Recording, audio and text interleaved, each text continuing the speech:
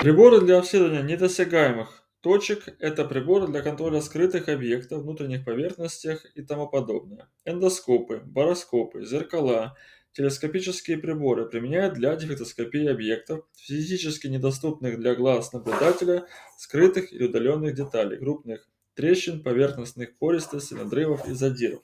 возникших при деформации металла на внутренней поверхности полых деталей, остаточной изгибной деформации силовых элементов конструкций, течи емкостей и трубопроводных систем, а также мест перегрева электросетей и элементов конструкции, поверхностной коррозии, загрязнений, а также различных посторонних предметов внутри закрытых конструкций.